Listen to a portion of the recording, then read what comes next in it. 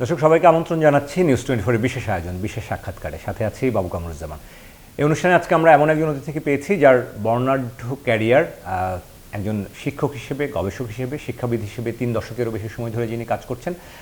একই সঙ্গে এই মুহূর্তে সম্প্রতি পরিবর্তিত যে বাংলাদেশ, নতুন এই বাংলাদেশে দায়িত্ব নিয়েছেন গ্রামীণ ব্যাংকের মতো প্রতিষ্ঠানের চেয়ারম্যান হিসেবে তিনি দায়িত্ব পেয়েছেন। আমরা জানি যে গ্রামীণ ব্যাংকে ঘিরে দেশব্যাপী তোলপাড় হয়েছে, নানা আলোচনা হয়েছে, সমালোচনা হয়েছে। ডক্টর ইউনূসকে শেষ পর্যন্ত কারাদণ্ড দেওয়া হয়েছে, যদিও তাকে জেলে যেতে হয়নি। সব মিলিয়ে গ্রামীণ ব্যাংক, যেটি কিনা শান্তিতে নোবেল পেয়েছিল ডক্টর ইউনূস এবং গ্রামীণ ব্যাংক, সেই ব্যাংকের কার্যপরিধি নিয়েও আমরা আজকে কথা বলতে চাই। সেই ব্যাংকের চেয়ারম্যান আজকে আমাদের সঙ্গে রয়েছেন, যিনি নর্থ সাউথ বিশ্ববিদ্যালয়ের ভাইস চ্যান্সেলর হিসেবে দায়িত্ব পালন করছেন। আমাদের সঙ্গে রয়েছেন আজকের বিশেষ সাক্ষাৎকারে ডক্টর আব্দুল হান্নান চৌধুরী। স্যার, আপনাকে স্বাগত জানাচ্ছি। ধন্যবাদ আমাকে নিউজ 24-এর আজকের এই বিশেষ সাক্ষাৎকারে আমন্ত্রণ জানানোর জন্য এবং আমার ক্যাম্পাসে এসে আপনাদের এই অনুষ্ঠান রেকর্ড করার জন্য ধন্যবাদ জানাচ্ছি। স্যার, আমরা শুরুটা করতে চাই যে আপনার তো বর্ণাঢ্য শিক্ষা ক্যারিয়ার, আমরা জানি, শিক্ষা নিয়ে কথা বলবো। তার আগে মোটা দাগে এই মুহূর্তে একটা পরিবর্তিত যে বাংলাদেশ আমরা পেয়েছি, নতুন বাংলাদেশ বলা হচ্ছে, সেখানে আসলে অর্থনীতিতে অনেক রকম চ্যালেঞ্জ, চড়াই উতরাদের মধ্য দিয়ে যেতে হচ্ছে। সামষ্টিক অর্থনীতি, আপনি যেহেতু অর্থনীতি বিষয়ের, বিশেষ করে নর্থ সাউথের স্কুল অফ বিজনেস অ্যান্ড ইকোনমিক্সের আপনি সেটা ডিন ছিলেন, আপনি সেখানকার অধ্যাপক। একটু জানতে চাইবো যে সামষ্টিক অর্থনীতি স্থিতিশীলতা যেটা আমরা বলি, সেটি এখন কেমন আছে মনে করেন? প্রথমেই আমার মনে হচ্ছে যে আপনি জুলাই আপরাইজিংয়ের কথা বলছেন, যেই পরিবর্তিত পরিস্থিতিতে আজকে আমি নিজেও ভিসি এবং গ্রামীণ ব্যাংকের চেয়ারম্যান হিসেবে দায়িত্ব নিয়েছি। এর পূর্বে যেই 10-15 বছর যাবৎ আমরা বাংলাদেশের অর্থনৈতিক অবস্থার এবং উন্নয়নের নামে যেই কর্মকাণ্ড চলছিল, সেগুলোর মধ্যে কী ধরনের মানি এক্সট্রাকশন হয়েছে বাংলাদেশের অর্থনীতি থেকে, এদেশ থেকে কী পরিমাণ টাকা পাচার হয়েছে, ব্যাংকিং সেক্টর থেকে কিভাবে টাকা খালি হয়েছে এবং এদেশ থেকে টাকা পাচার হওয়ার ফলে আমাদের সামগ্রিকভাবে কিন্তু আমাদের অর্থনীতি কিন্তু এক ধরনের বিপর্যস্ত অবস্থায় পড়েছিল।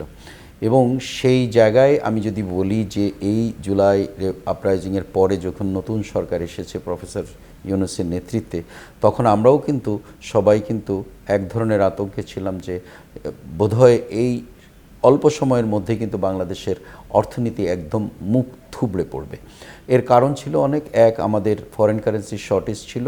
2, আমাদের দেশের সামগ্রিকভাবে ব্যবসা বাণিজ্য অর্থনীতি পরিচালনার জন্য যেই অর্থনৈতিক কর্মকাণ্ড, সেই কর্মযজ্ঞটার মধ্যে কিন্তু নানানভাবে আঘাতপ্রাপ্ত হয়েছিল। আগে আমরা ধারণা করেছিলাম যে ডিসেম্বর মাসের মধ্যেই কিন্তু বাংলাদেশে এক ধরনের অর্থনৈতিক সংকট হবে, বাজার কন্ট্রোল করা যাবে না, বাংলাদেশে ফরেন কারেন্সির আগমন ঘটবে না ঠিকমতো এবং এখানকার ইনভেস্টমেন্ট এবং অন্য সব কিছু মিলে আমাদের যেই ইন্ডাস্ট্রি এবং ব্যবসা বাণিজ্যের যে চালিকা শক্তি, সেটা মুখ থুবড়ে পড়বে।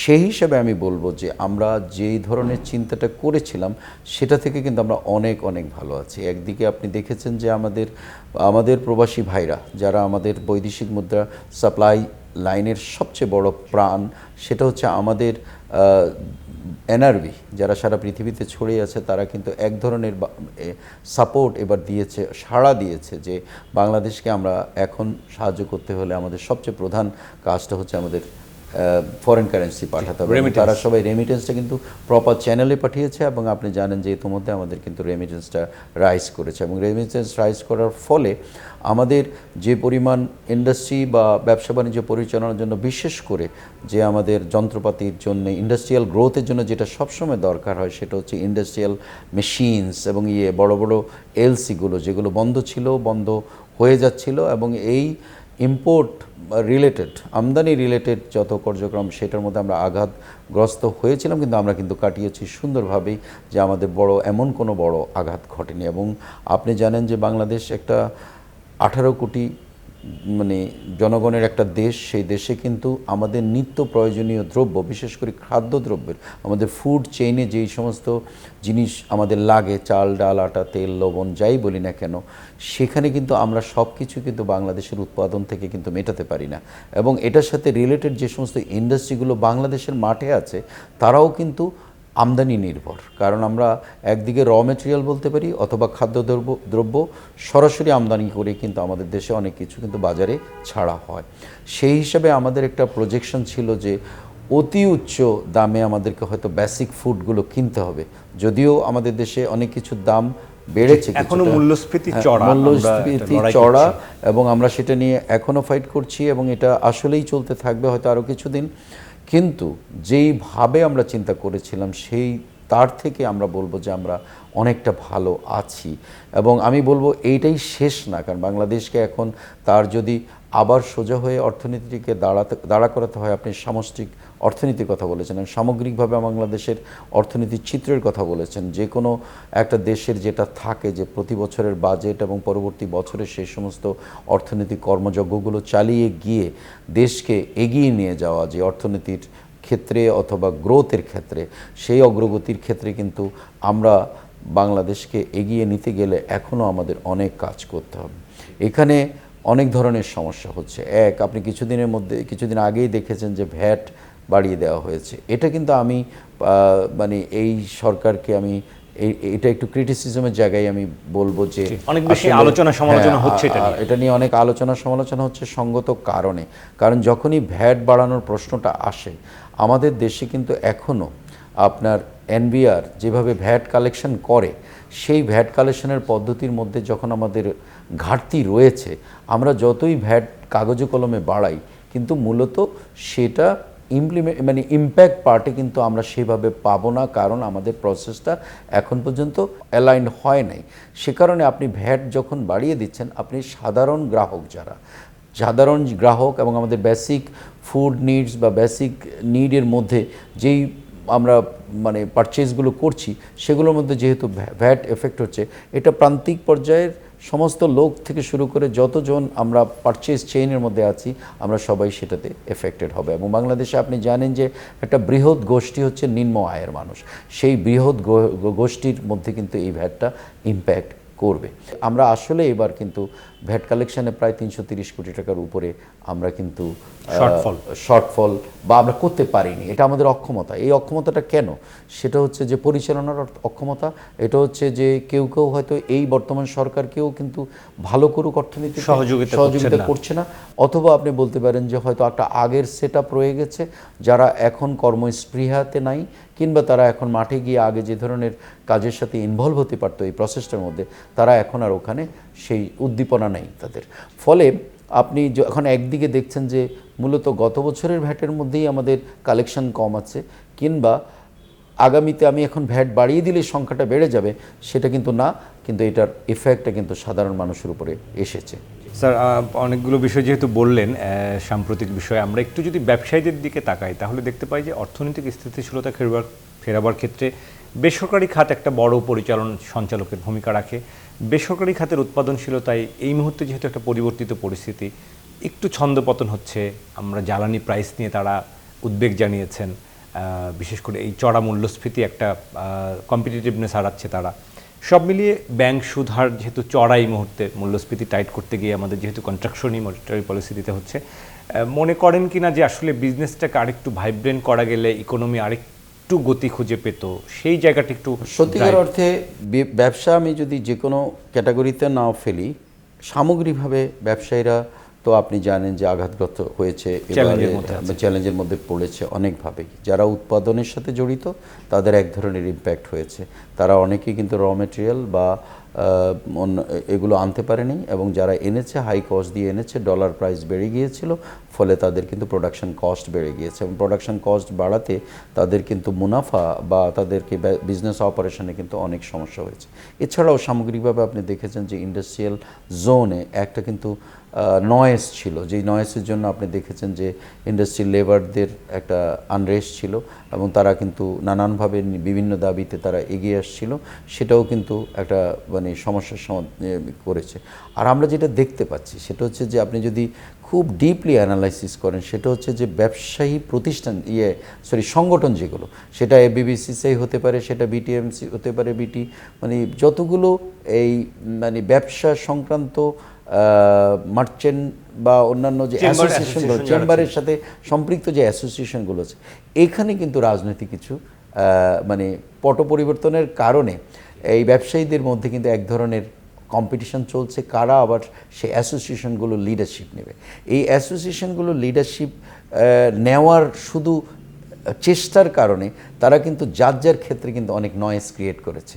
এটা যে সরকার বা জনগণ বা ইন্ডাস্ট্রি ড্রিভেন তা না, কিন্তু রাদার এটা হচ্ছে যে মানে মোস্টলি তাদের নিজেদের গ্রুপিং এবং অন্যান্য কারা এখন লিড করবে আগামী দিনের ব্যবসায়ী কারা প্রতিনিধি হবে কারা, সেটা নিয়ে কিন্তু তারা ইন্ডাস্ট্রি জোনে কিন্তু প্রবলেম ক্রিয়েট করেছে। কি মনে করেন কিনা যে আমরা দেখেছি সবকিছুতে বিগত সরকার যেভাবে আসলে করাপশন, দুর্বৃত্তায়ন, আমরা দেখেছি যে রাজনীতিকীকরণ, ব্যবসায়ীকে নিয়ে নেওয়া বা যে কোনো একটা পেশাজীবীকে নিয়ে নেওয়া, আমরা দেখেছি যে সেই সময়টায় একটা মসজিদের ইমামকেও যখন পালিয়ে যেতে হয় তখন সেটি অত্যন্ত দুঃখজনক ঘটনা ঘটে। এখন যে পরিবর্তিত বাংলাদেশ, সেখান থেকে তো অনেক শিক্ষা নেবার সুযোগ আছে। এই ব্যবসায়ীরা যেন পরবর্তীতে আর রাজনীতি দ্বারা ব্যবহার না হন, সেই বিষয়ে স্যার একজন শিক্ষাবিদ হিসেবে মনে করেন কিনা, আপনার পরামর্শ যদি বলেন। না, আমি তো যেটা বলি যে একটা ফেয়ার মানে একটা উন্নত দেশে যেটা আমরা দেখি যে ব্যবসায়ীরা এইভাবেই কিন্তু রাজনীতির সাথে জড়িত হয় না, এবং একটা রাজনৈতিক সরকারের সাথে সম্পৃক্ত হয়ে অধিক মুনাফা অথবা তাৎক্ষণিক মুনাফা করার জন্য তারা নিজের দেশকে ক্ষতিগ্রস্ত করে, ব্যবসায়ের অঙ্গনকে ক্ষতিগ্রস্ত করে এবং ব্যবসায়ের পরিবেশ নষ্ট করে।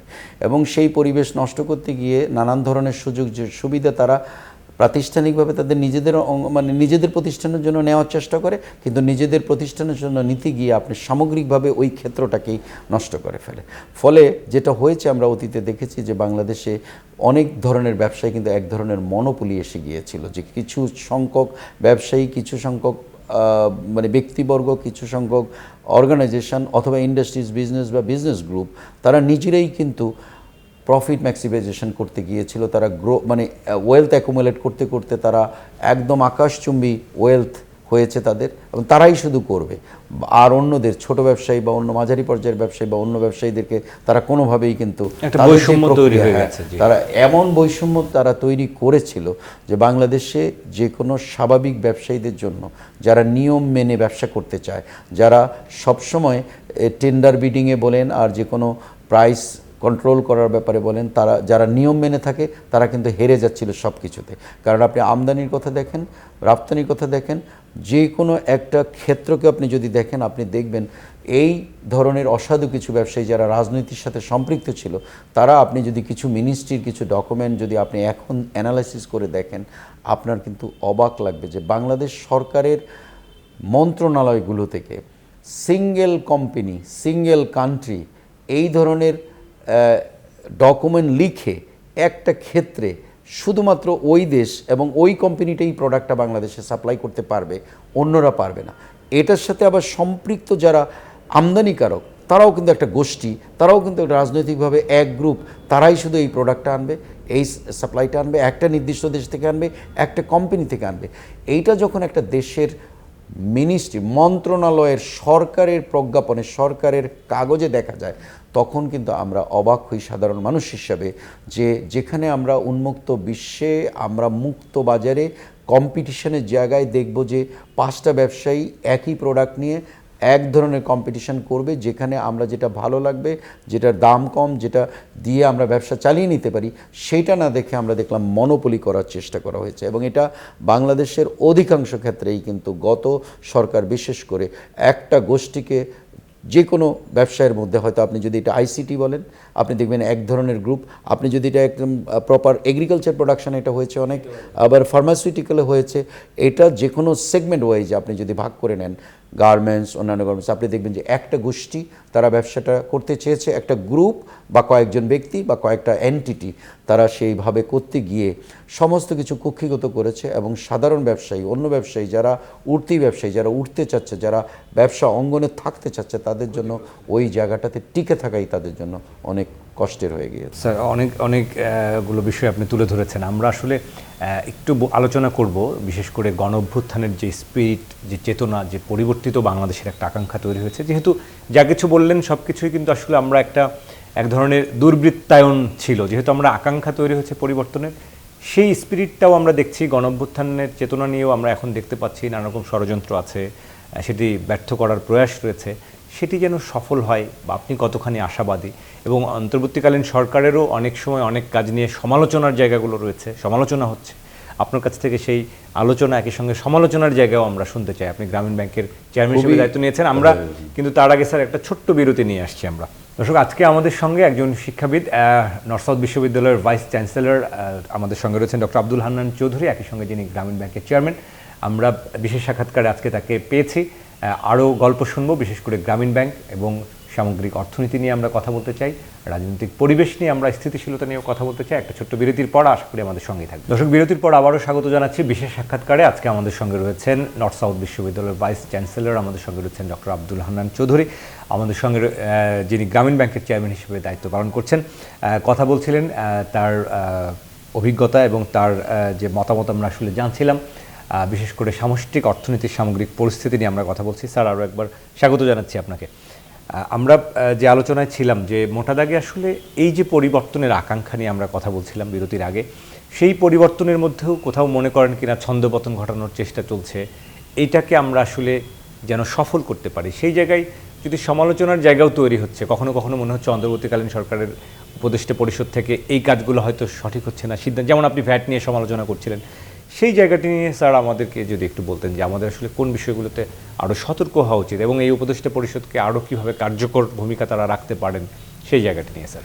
ধন্যবাদ। প্রথমত আপনি জুলাই বিপ্লবের কথা প্রাসঙ্গিকভাবে বলেছেন এবং জুলাই বিপ্লবে আপনি জানেন যে এই বিপ্লবটা ঘটে এসেছিল বাংলাদেশে গত 15 বছর যাবৎ এক নাগাড়ে এই দেশের বৃহৎ জনগোষ্ঠীকে সাপ্রেসড রেখে একটা সার্টেন গ্রুপ অফ পিপল, একটা সার্টেন এন্টিটি, একটা সার্টেন গ্রুপ সবসময় বেনিফিটের জায়গায় থেকে বাংলাদেশে সাধারণ মানুষ এবং সার্বিকভাবে সমগ্র মানুষের মধ্যে এক ধরনের বিভাজন ক্রিয়েট করা হয়েছে। সেটা অর্থনৈতিক বিভাজন হয়েছে, সেটা সুযোগের অভাব হয়েছে। আমরা সবাই জানি যে এই বিপ্লবটাকে আমরা অনেকটা তরুণদের সাথে সম্পৃক্ত করে সবসময় বলি, কিন্তু এটা আপামর দেশের মানুষই কিন্তু ঝাঁপিয়ে পড়েছিল।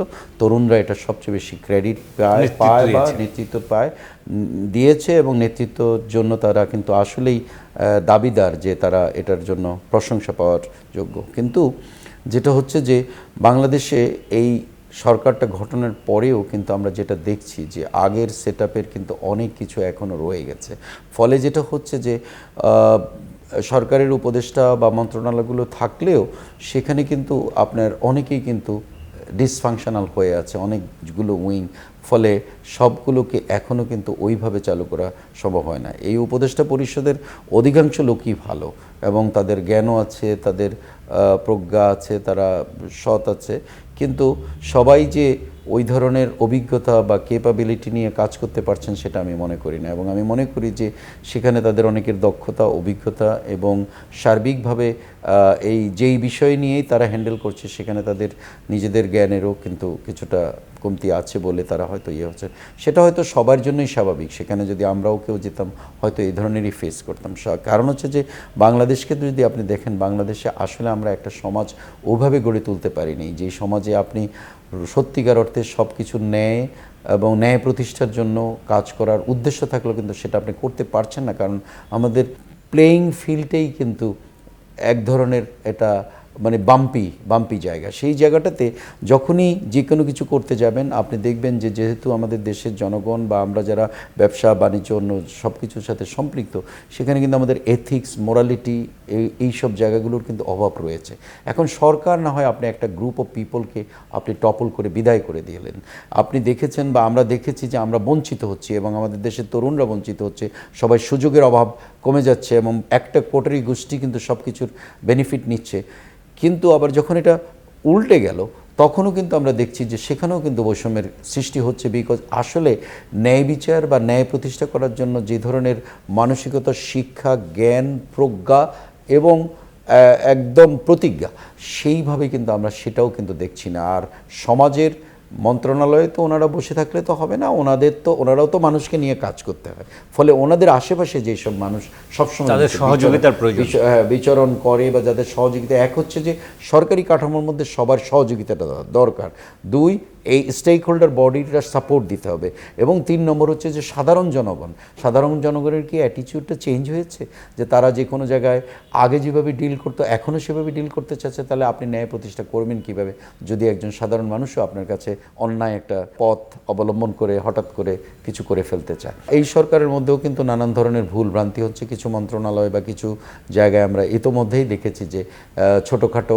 বা কিছু ভুল ভ্রান্তির কারণে আমরা কিন্তু সমালোচনার জায়গায় অনেকে এসেছে এবং অনেকের ধৈর্যের চ্যুতি হচ্ছে। আমি অনেক সময় মনে করি যে ওনারাও খুব অস্থির হয়ে যাচ্ছেন যে আসলে একটা রাষ্ট্র যেই পর্যায়ে গিয়েছিল সেটাকে আপনি যদি সংস্কারের জায়গায় আনেন, আপনি তো শুধু একটা সিঙ্গেল পয়েন্টে সংস্কার করলে দেশ চেঞ্জ হয়ে যাবে না। আবার উল্টোটাও বলি, হয়তো প্রফেসর মোহাম্মদ ইউনূসের সরকার হয়তো সামগ্রিকভাবে সকল কিছু সংস্কারও করতে পারবে না। তাহলে আমাদের একদিকে এক্সপেকটেশন অনেক হাই, কিন্তু আমরা এটাও বুঝতে হবে যে উনি বা এই সরকারটা আজীবন থাকবে না, এটা একটা নির্দিষ্ট সময় পর্যন্ত থাকবে এবং এই সময়টা খুবই ছোট, সংস্কার করে সেটার ইম্প্যাক্ট দেখে যাওয়া।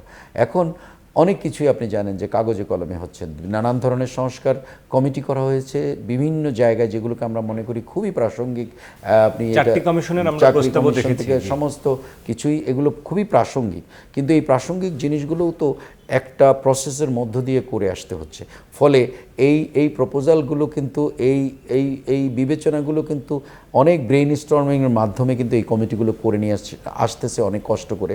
হয়তো একসময় খুব সুন্দরভাবেও কিন্তু অনেক আমরা ভালো ভালো রিকমেন্ডেশন দেখব, কিন্তু এগুলো ইমপ্লিমেন্টেশনে যাবে কখন এবং গেলে একটা সময়ে আমরা সেটার ইম্প্যাক্ট দেখব, বাংলাদেশিরা কি সেই পর্যন্ত কোনো ধৈর্য রাখবে এবং কখন আমাদের এই দেশে আবার এক ধরনের রাজনৈতিক পরিবর্তন আসে? নিশ্চয়ই আসবে, কারণ আমরা গণতন্ত্রের বিশ্বাস করি এবং একটা গণতান্ত্রিক ধারায় কিন্তু দেশ যাবে এবং সেটা যেতে গেলে এই সময়টা আমরা খুব বেশি লম্বা মনে করি না, চলে আসবে এক সময়। তো বর্তমান সরকারের যেটা হচ্ছে যে কাছে মানুষের প্রত্যাশাটা কিন্তু অনেক বেশি। সেই প্রত্যাশা এবং প্রাপ্তির মধ্যে যখনই আপনি দেখবেন যে খুব স্বল্প সময়ের মধ্যে একটা গ্যাপ অনেক বড় হয়ে যাবে, এই সরকারটাও কিন্তু অনেক সময় আমি মনে করি অনেকভাবে সমালোচিত হয়ে যাবে।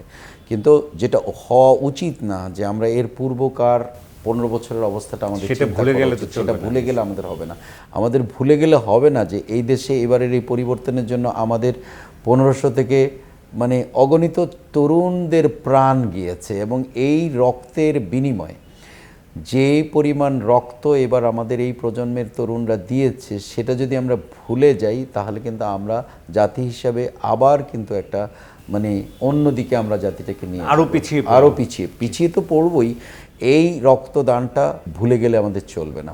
ফলে সরকারকে যারা অনেক সময় ব্লেম করে তাদের এটা ভাবা উচিত যে এই সরকারটা কিন্তু এমন না যে তারা নিজেরা, যারা বসে আছেন তারা নিজেরা চেয়েছিল, কিন্তু তারা এসেছে এই ছাত্রদের, এই তরুণদের দ্বারা যে এক ধরনের ইয়াং ড্রিভেন একটা রেভলিউশন হয়েছে। সেই আপরাইজিং থেকে রাষ্ট্রটাকে পরিচালনার জন্য প্রফেসর মোহাম্মদ ইউনূসের চেয়ে বেশি গ্রহণযোগ্য আর কেউ নেই বাংলাদেশের এই 18 কোটি মানুষের মধ্যে, যিনি শুধু বাংলাদেশ নয় সারা পৃথিবীতে গ্রহণযোগ্য মানুষ হিসেবে আছেন। তার উপরে কিছুটা আস্থা রেখে এখন আমাদের সমস্ত দল এবং সামগ্রিকভাবে পুরো জাতি যেই বিশ্বাসী হই না কেন, অন্তত আমাদের তাদেরকে কিছুটা সময় দেওয়া উচিত যে তারা যেটা করতে চাচ্ছে, লেট দেম ডু ইট এবং let us try to evaluate it at some point.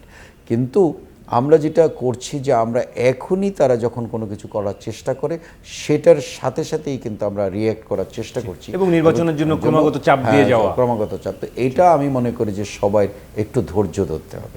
Sir, আমরা ছোট ছোট করে একটু জানতে চাইবো যে আপনি একজন শিক্ষাবিদ হিসেবে দীর্ঘ সময় জীবনের ব্যয় করেছেন।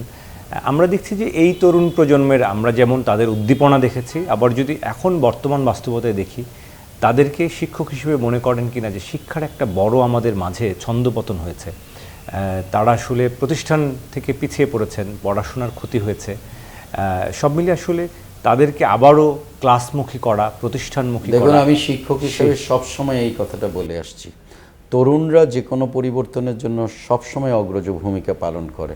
যখন তার ইয়াং ব্লাড, তখন নেতৃত্বের চূড়ায় আসতে নেই, কারণ তার জন্য কিন্তু রেস্ট অফ দি লাইফটা রয়েছে।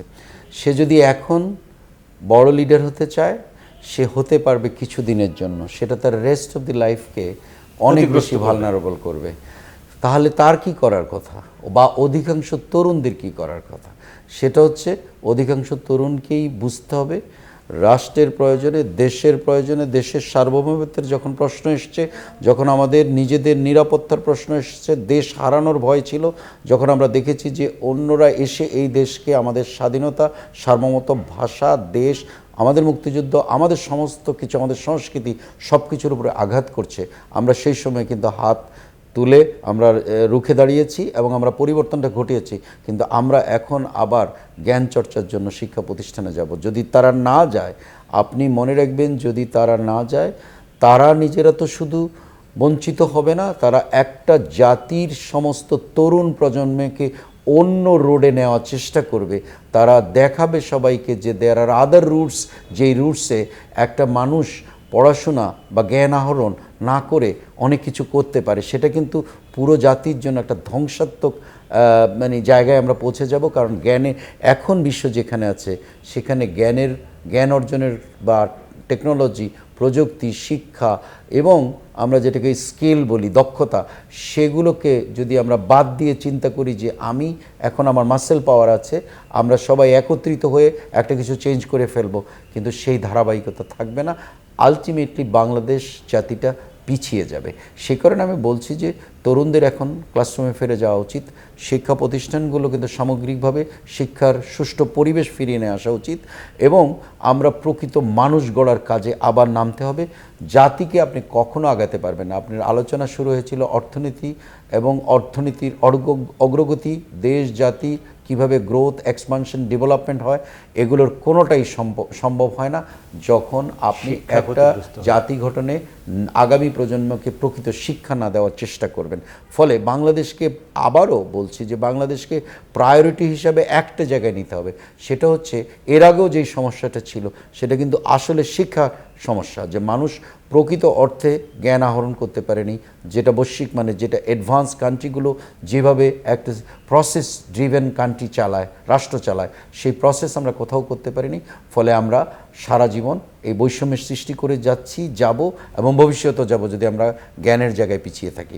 সুতরাং যারা এখানে উন্নয়নের কথা বলেছে, তারা কিন্তু বিসর্জন দিয়েছিল যে সিভিক হওয়ার কথাটা। তারা বলে নাই যে সভ্য হই আমরা আগে সভ্য হই, তারপরে উন্নত হব।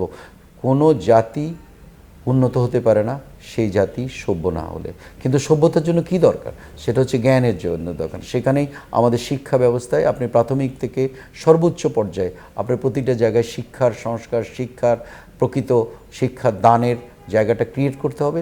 প্রতিটা বাচ্চাকে, প্রতিটা মানুষকে প্রকৃত মানুষ হিসাবে তৈরি করতে হবে। ফলে সে যেন এই ধরনের লুবি বা গ্রিডি একটা মানসিকতা নিয়ে সে যেন না এগিয়ে যায়। এবং আপনারা জানেন যে প্রফেসর মোহাম্মদ ইউনূস তার যেই সারা জীবনের কর্ম এবং যেই অর্জন, যেই প্রাপ্তি, যে নোবেল বা জীবনের যে সব কিছুতে প্রায়োরিটিটা ছিল যে আমরা যারা ভালনারেবল তাদের উপরে কাজ করব, গরিবের উপরে কাজ করব, মহিলাদের উপরে কাজ করব, দারিদ্র্য বিমোচনে কাজ করব। 3.0 নিয়ে এখন আমরা কথা বলি যে আমরা নেট মানে কার্বন এমিশন নিয়ে কাজ করব এবং আমাদের আনএমপ্লয়মেন্টকে অ্যাড্রেস করব, আমাদের পভার্টি এলিভেশন করব। এগুলো সবই আপনি করতে পারবেন একদম সফলতার সাথে যদি আপনি জাতিটাকে সেইভাবে আপনার শিক্ষিত করে তোলেন।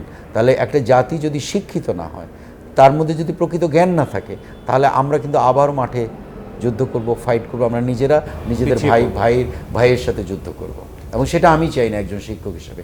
আমি চাই প্রতিটা বাচ্চা, প্রতিটা ছাত্র সে যেন আবার শিক্ষা অঙ্গনে যায়, তার নিজের ভবিষ্যৎটাকে সে আলোকিত একজন মানুষ হয়ে নিজের ভবিষ্যৎটা রচনা করুক। কিন্তু সে যেন অন্য পথ না দেখে এই বয়সে, যেটা তাকে বিপর্যস্ত করে। চমৎকার একটা দিক নির্দেশনার কথা বললেন, কারণ এই সময় আমরা একটা অস্থিরতা আসলে লক্ষ্য করছি আমাদের সোসাইটিতে বা আমাদের সার্বিক রাজনৈতিক পরিবেশের মধ্যেও, এই বিশেষ করে তরুণদেরকে নিয়ে শিক্ষা প্রতিষ্ঠানে ফেরানো নিয়ে। স্যার, আপনাকে অসংখ্য ধন্যবাদ জানাই, একটা চমৎকার পরামর্শ আপনি দিলেন। আমরা আরও কথা বলবো, বিশেষ করে গ্রামীণ ব্যাংকের আপনি চেয়ারম্যান হিসেবে দায়িত্ব নিয়েছেন। আমরা দেখেছি সম্প্রতি সরকারি শেয়ার সেখানে কমানো হয়েছে, 30% থেকে কমিয়ে আনা হয়েছে। সেটির আসলে কি প্রভাব হতে পারে, সেটি নিয়ে এক ধরনের ধোঁয়াশা তৈরি হয়েছে। এই বিষয়গুলো নিয়ে আমরা একটু কথা বলতে চাই, গ্রামীণ ব্যাংকের সার্বিক কার্যপরিধি নিয়ে কথা বলতে চাই আরেকটা ছোট্ট বিরতির পর। দর্শক, আজকে আমাদের সঙ্গে রয়েছেন একজন শিক্ষক, শিক্ষাবিদ, গবেষক, অর্থনীতিবিদ। আমাদের সঙ্গে আজকে নর্থ সাউথ বিশ্ববিদ্যালয়ের উপাচার্য রয়েছেন ডক্টর আব্দুল হান্নান চৌধুরী। আমরা আরেকটা ছোট্ট বিরতি নিচ্ছি, আশা করি আমাদের সঙ্গে থাকবে। দর্শক, আরও একবার স্বাগত জানাচ্ছি বিশেষ সাক্ষাৎকারে। আজকে আমাদের সঙ্গে রয়েছেন নর্থ সাউথ বিশ্ববিদ্যালয়ের vice chancellor doctor Abdul Hannan Chowdhury, একই সঙ্গে চেয়ারম্যান গ্রামীণ ব্যাংক।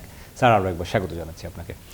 স্যার, আমরা অনুষ্ঠানের শেষ ভাগে রয়েছি। এই আলোচনায় আমরা আপনার কাছ থেকে আর দু একটি বিষয় জানতে চাই, বিশেষ করে গ্রামীণ ব্যাংক নিয়ে আমরা একটু কথা বলতেই চাই। কেননা দেখেছি 2006 সালে যে ব্যাংকটি আসলে ডক্টর ইউনূস শুধু একা নন, যে ব্যাংকটিও আসলে শান্তিতে নোবেল বিজয়ী হয়েছিল। সেই ব্যাংক নিয়েও আমরা দেখেছি বিগত সরকার আসলে কি কর্মকাণ্ডগুলো করেছেন, কি ধরনের প্রচারণা চালিয়েছেন। ডক্টর ইউনূসকে শেষ পর্যন্ত শ্রম আদালতে হাজির হতে হয়েছে, বহুবার তাকে নানাভাবেই ভোগান্তিতে পড়তে হয়েছে, আমরা দেখেছি সেটি কতটা উদ্দেশ্য প্রণোদিত ছিল। একটু জানতে চাইবো স্যার, গ্রামীণ ব্যাংকের আপনি দায়িত্ব নেওয়ার পর আসলে নতুন করে কি ভাবছেন, একই সঙ্গে সরকারি শেয়ার কমানোর বিষয়টা যদি একটু বলতেন, যে সরকারি শেয়ার কমে গেলে কি মানুষের আস্থাটা আসলে ওই ব্যাংকের প্রতি কমে যাওয়ার একটা সম্ভাবনা তৈরি হয় কিনা? ধন্যবাদ। প্রথমে আমি গ্রামীণ ব্যাংকের চেয়ারম্যান হিসেবে কিন্তু এই সরকারের আগমন হওয়ার পরেই কিন্তু আমি গ্রামীণ ব্যাংকের চেয়ারম্যানের দায়িত্ব নিই, এবং আমি মনে করি এটাও আমার জীবনের একটা লার্নিংয়ের পার্ট।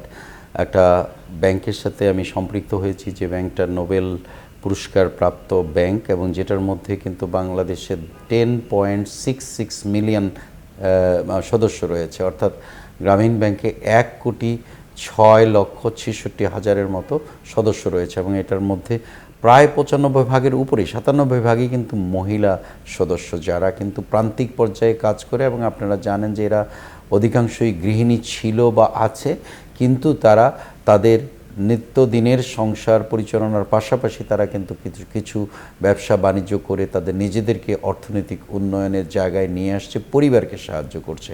এবং গ্রামীণ ব্যাংকের কথা যখনই আমি বলি, আমরা এই ব্যাংকটি কিন্তু 25,000 এমপ্লয়ি নিয়ে সারা বাংলাদেশে বিস্তৃত এবং ছড়িয়ে আছে গ্রামগঞ্জ সব জায়গায়, এবং আমাদের এখন 2558টি শাখা রয়েছে সারা বাংলাদেশে, এবং যেটা 40টি অঞ্চল এবং 40টি বিভাগ নিয়ে কাজ করে যাচ্ছে।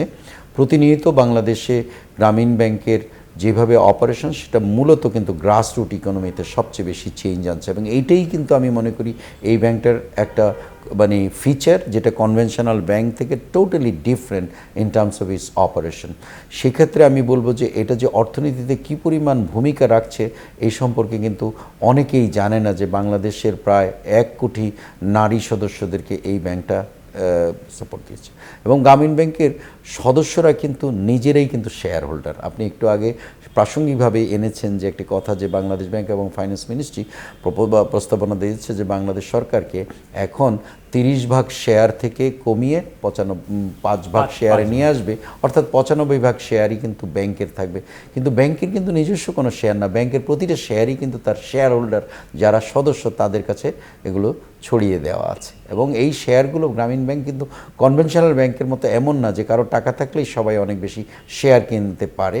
গ্রামীণ ব্যাংক মূলত প্রত্যেকটা সদস্যের 100 টাকার শেয়ার থাকে, এবং সেই শেয়ারটা যে যত আগে কিনেছে সেটা অ্যাকুমুলেট করে তার নিজের প্রফিট হয়ে আসতেছে, সেটা হয়তো একটা অ্যাকাউন্টে থাকছে, এবং সেই শেয়ারের পরিমাণ বা সেই গ্রামীণ ব্যাংকের মধ্য দিয়ে এই ডিপোজিটরদের, এই সদস্যদের তাদের নিজেদের ব্যবসা বাণিজ্যের উন্নতির সাথে সাথে তাদের নিজেদের ডিপোজিট আছে গ্রামীণ ব্যাংকে মাধ্যমে প্রায় 12,000 কোটি টাকা। এগুলো কিন্তু ব্যাংকে সম্পৃক্ত হওয়ার পর থেকে তাদের অর্জিত মুনাফা থেকে তারা কিন্তু এই টাকাগুলো ডিপোজিট করেছে। তাহলে এই মানুষগুলোর যে অর্থনৈতিক কর্মকাণ্ড দিয়ে তাদের যে এক ধরনের আপস্কেলিং হয়েছে, সেটা কিন্তু নিশ্চিত যে গ্রামীণ ব্যাংক বাংলাদেশের একদম বটম পিরামিডের জনগণের মধ্যে একটা বড় ধরনের পরিবর্তন এনেছে। এখন আপনি বলেছেন যে 5%-এ আনলে কারা ক্ষতিগ্রস্ত হচ্ছে। দেখুন, গ্রামীণ ব্যাংকে যদি একজন সদস্য বাড়ে, সে আবার একটা 100 টাকার শেয়ার কিনবে, এবং এটা কিনলে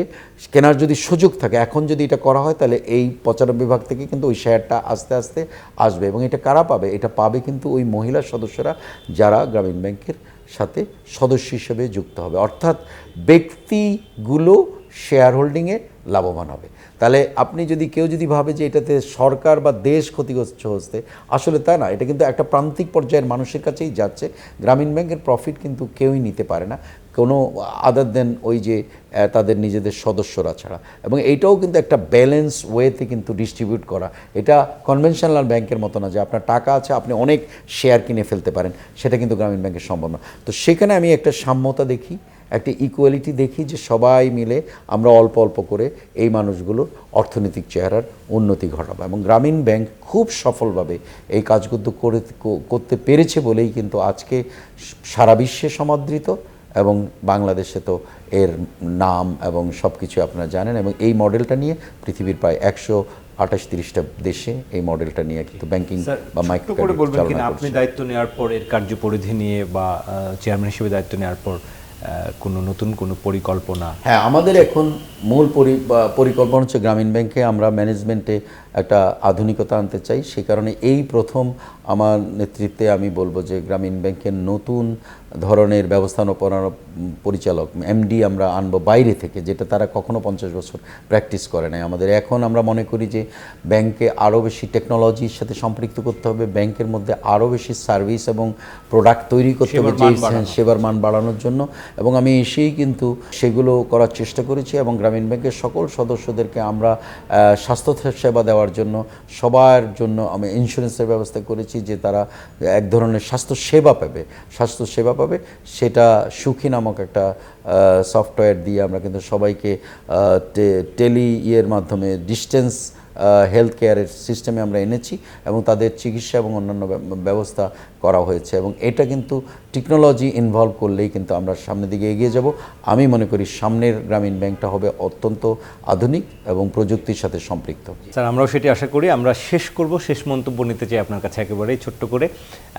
নতুন যে পরিবর্তিত বাংলাদেশ, সেই বাংলাদেশ নিয়ে আপনি কতখানি আশাবাদী, এবং একই সঙ্গে তরুণদেরকে নিয়ে, শিক্ষা নিয়ে, বিশেষ করে আমরা একটা বৈষম্যমূলক শিক্ষা দেখতে পাই বাংলাদেশে। আমি কখনোই কিন্তু আশাহত হই না কোনো সময়, কারণ আমার জীবনেও আমি দেখেছি যে অনেক আপস অ্যান্ড ডাউন গিয়েছে। আমাদের দেশ নিয়ে আমি সবসময় ভাবি এবং এই দেশ নিয়ে আমি সবসময় অনেক পেইনের মধ্যে থাকি, কিন্তু আমি কখনোই আশা ছাড়ি না। আমার বিশ্বাস যে আমরা আশাহত হব না, কিন্তু আমরা একদিন সফল হব। কিন্তু আমাদের অনেক কাজ করতে হবে শিক্ষা অঙ্গনে। আপনি বাংলাদেশের যে কোনো সেক্টরে, weather it is political reform, আপনি যে কোনো কিছু রিফর্ম করতে চান, যদি জ্ঞানী ব্যক্তির সংখ্যা না থাকে, প্রপোর্শনালিটি হাই, আপনি কখনো একটা সুশাসন, সভ্য সমাজ, সভ্য দেশ এবং একটা ভালো সমাজ তৈরি করতে পারবে না, যেই সমাজটা প্রতিটা মানুষকে ইকুয়ালি দেখবে। এগুলো আসে মানুষের কিন্তু জ্ঞানের জায়গায়, যখন একটা মানুষ একটা অন্য লেভেলে পৌঁছায়। সো বাংলাদেশিদেরকে আমাদের জ্ঞানের চর্চাটা করতে হবে, এবং সেটা সম্ভব শিক্ষা অঙ্গনের বা শিক্ষা প্রতিষ্ঠানের এবং শিক্ষা কার্যক্রমের পরিবর্তন ঘটিয়ে। ডক্টর আব্দুল হান্নান চৌধুরী, অসংখ্য ধন্যবাদ জানাই। আজকে আপনি আপনার এই বর্ণাঢ্য জীবনের গল্প এবং গ্রামীণ ব্যাংক এবং সমসাময়িক রাজনীতির নানা বিষয় নিয়ে আপনি আসলে বলছিলেন। আপনাকে ধন্যবাদ জানাই আমাদের এই আলোচনায় সময় দেওয়ার জন্য। ধন্যবাদ। সবশেষে আমি শুধু তরুণদের কাছে একটা জিনিস প্রত্যাশা করব, সেটা হচ্ছে যে বিপ্লব তোমরা ঘটিয়েছ, সেটার জন্য তোমাদের কাছে জাতি চিরদিন ঋণী থাকবে। আমরা সবাই যারা আগের প্রজন্ম, আমরাও ঋণী থাকবো। কিন্তু পাশাপাশি তোমাদের সবার কাছে, তরুণদের কাছে আমার একটা অনুরোধ, সেটা হচ্ছে যে জ্ঞানের জায়গায় আমরা পিছিয়ে যাই বা তরুণরা পিছিয়ে যায়, বিশ্বের সাথে তাল মিলিয়ে এই তরুণদেরকে এগিয়ে না গেলে কিন্তু আগামীর বাংলাদেশ কখনো গড়ে উঠবে না। সেই মানসিকতাটা নিয়ে প্রতিটি তরুণ যেন বিবেচনা করে যে সে পড়াশোনায় ফিরে আসবে, শিক্ষা প্রতিষ্ঠানে ফিরে আসবে এবং শিক্ষা বা জ্ঞান অর্জনের জন্য প্রতিনিয়ত ছুটবে। দর্শক, আমাদের সঙ্গে ছিলেন নর্থ সাউথ বিশ্ববিদ্যালয়ের vice chancellor doctor Abdul Hannan Chowdhury, একই সঙ্গে গ্রামীণ ব্যাংকের চেয়ারম্যান। কথা বলছিলেন ব্যক্তি জীবন, কর্মজীবন, একই সঙ্গে বাংলাদেশের শিক্ষা ব্যবস্থা নিয়ে, বিশেষ করে যে শিক্ষায় একটা গুণগত পরিবর্তনই পারে আসলে আমাদের সামগ্রিক যে আকাঙ্ক্ষার বাংলাদেশ, উন্নত সমৃদ্ধ বাংলাদেশ, সেই বাংলাদেশের গুণগত পরিবর্তন নিশ্চিত করতে। আমরা সেই প্রত্যাশা জানিয়ে আজকের মতো এই বিশেষ সাক্ষাৎকার শেষ করছি। সবাই ভালো থাকুন, সবাইকে শুভকামনা।